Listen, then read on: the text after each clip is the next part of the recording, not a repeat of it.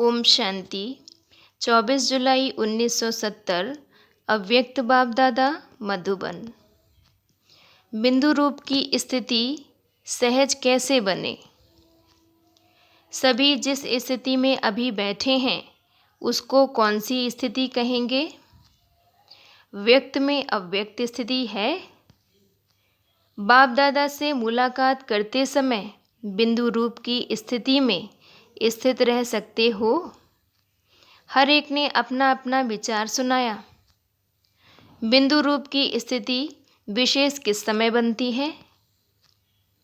जब एकांत में बैठे हो तब, या चलते फिरते भी हो सकती है।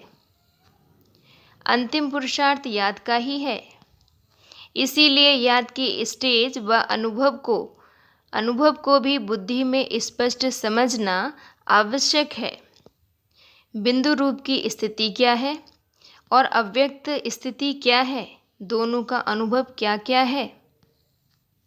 क्योंकि नाम दो कहते हैं तो ज़रूर दोनों के अनुभव में भी अंतर होगा। चलते फिरते बिंदु रूप की स्थिति इस समय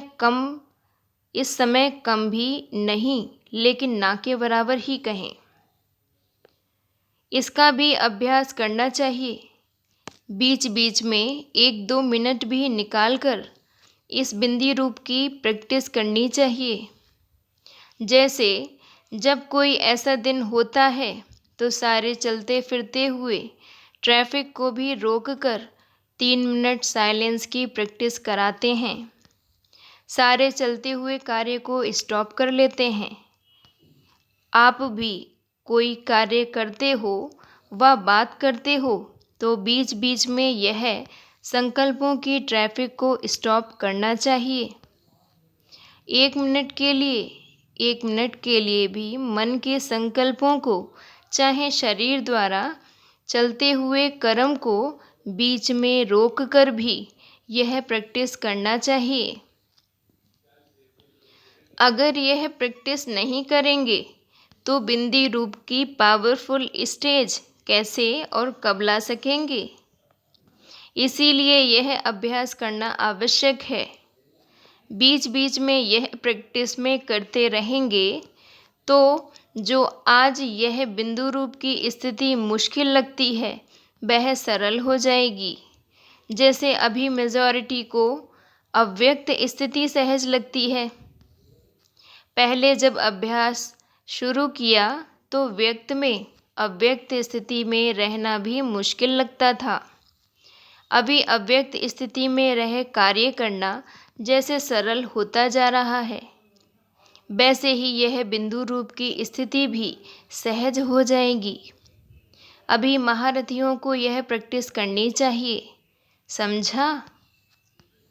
फरिश्ता रूप की स्थिति अर्थात अव्यक्त स्थिति जिसकी सदा काल रहती, वह बिंदु रूप में भी सहज स्थित हो सकेगा।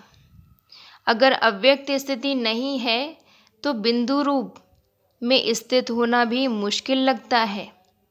इसीलिए अभी इसका भी अभ्यास करो। शुरू में अव्यक्त स्थिति का अभ्यास करने के लिए कितना एकांत में बैठ अपना व्यक्तिगत पुरुषार्थ करते थे, वैसे ही इस फाइनल स्टेज का भी पुरुषार्थ बीच बीच में समय निकाल करना चाहिए। यह है फाइनल सिद्धि की स्थिति। इस स्थिति को पहुंचने के लिए एक बात का विशेष ध्यान रखना पड़ेगा। आजकल वह गवर्नमेंट कौन सी स्कीम बनाती है, उन्हों के प्लान्स भी सफल तब होते हैं जब पहले यह लक्ष्य रखते हैं कि सभी बातों में जितना हो सके इतनी बचत हो। बचत की योजना भी करते हैं ना। समय बचे, पैसे बचें, एनर्जी की बचत करना चाहते हैं। एनर्जी कम लगे और कार्य ज़्यादा हो, सभी प्रकार की बचत की योजना करते हैं। तो अब पांडव गवर्नमेंट को कौन सी स्कीम करनी पड़े। यह जो सुनाया कि बिंदु रूप की संपूर्ण सिद्धि संपूर्ण सिद्धि की अवस्था को प्राप्त करने के लिए पुरुषार्थ करना पड़े। अभी जिस रीति चल रहे हैं उस हिसाब से तो सभी यही कहते हैं कि बहुत बिजी रहते हैं, एकांत का समय कम मिलता है, अपने मनन का समय भी कम मिलता है। लेकिन समय कहाँ से आएगा? दिन प्रतिदिन सर्विस भी बढ़ती जानी है और समस्याएं भी बढ़ती जानी है, और यह जो संकल्पों की स्पीड है वह भी दिन प्रतिदिन बढ़ेगी। अभी 1 सेकेंड में जो 10 संकल्प करते हो उसकी डबल ट्रिपल स्पीड हो जाएगी। जैसे आजकल जनसंख्या का हिसाब निकालते हैं ना कि एक दिन में कितनी वृद्धि होती है, यहाँ फिर यह संकल्पों की स्पीड तेज होगी। एक तरफ संकल्पों की, दूसरी तरफ इविल स्पिरिट्स आत्माओं की भी वृद्धि होगी। लेकिन इसके लिए एक विशेष अटेंशन रखना पड़े जिससे सर्व बातों का सामना कर सकेंगे। वह यह है कि जो भी बात होती है उसको स्पष्ट समझने के लिए 2 शब्द याद रखना है, एक अंतर और दूसरा मंत्र।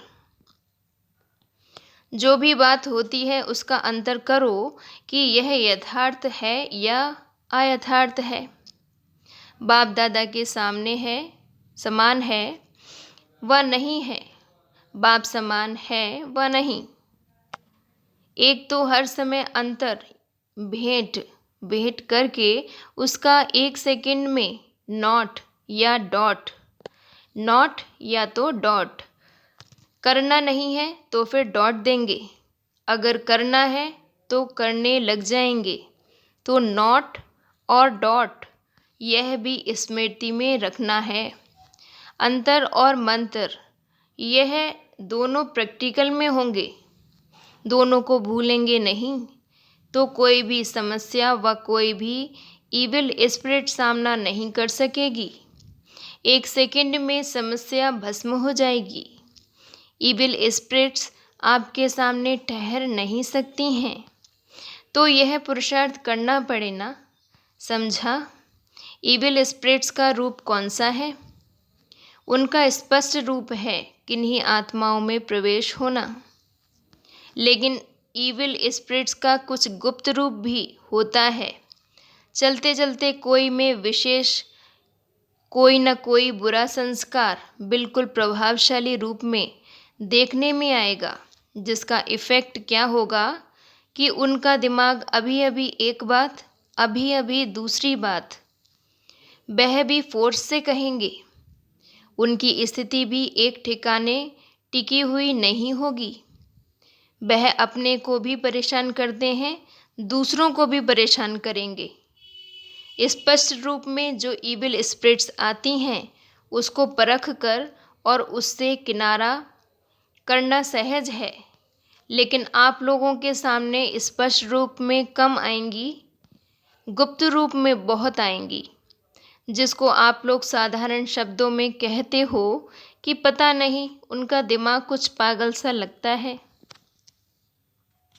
लेकिन उस समय उसमें यह इविल अर्थात बुरे संस्कारों का फोर्स इतना हो जाता है जो वह इविल स्पिरिट के समान ही होती है। जैसे वह बहुत तंग करते हैं वैसे यह भी बहुत तंग करते हैं। यह बहुत होने वाला है, इसीलिए सुना कि अभी समय की बचत, संकल्पों की बचत, अपनी शक्ति की बचत, यह योजना बनाकर बीच बीच में उस बिंदी रूप की स्थिति को बढ़ाओ। जितना बिंदी रूप की स्थिति होगी उतना कोई भी इविल स्पिरिट्स व इविल संस्कार का फोर्स आप लोगों पर वार नहीं करेगा, और आप लोगों का शक्ति रूप ही उन्हों को मुक्त करेगा। यह भी सर्विस करनी है, इविल स्पिरिट्स को भी मुक्त करना है, क्योंकि अभी अंत के समय का भी अंत है।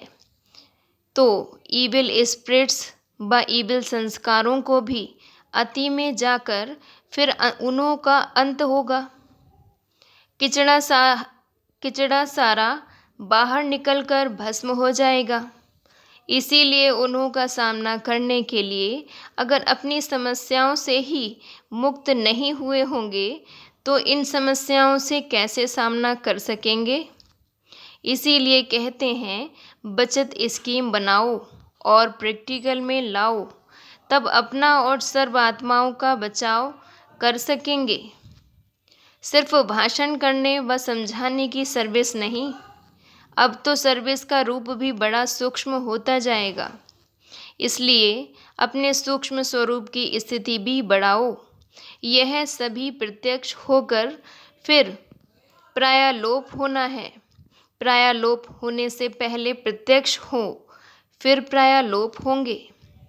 सर्विस इतनी बढ़नी है जो एक एक को 10 का कार्य करना पड़ेगा।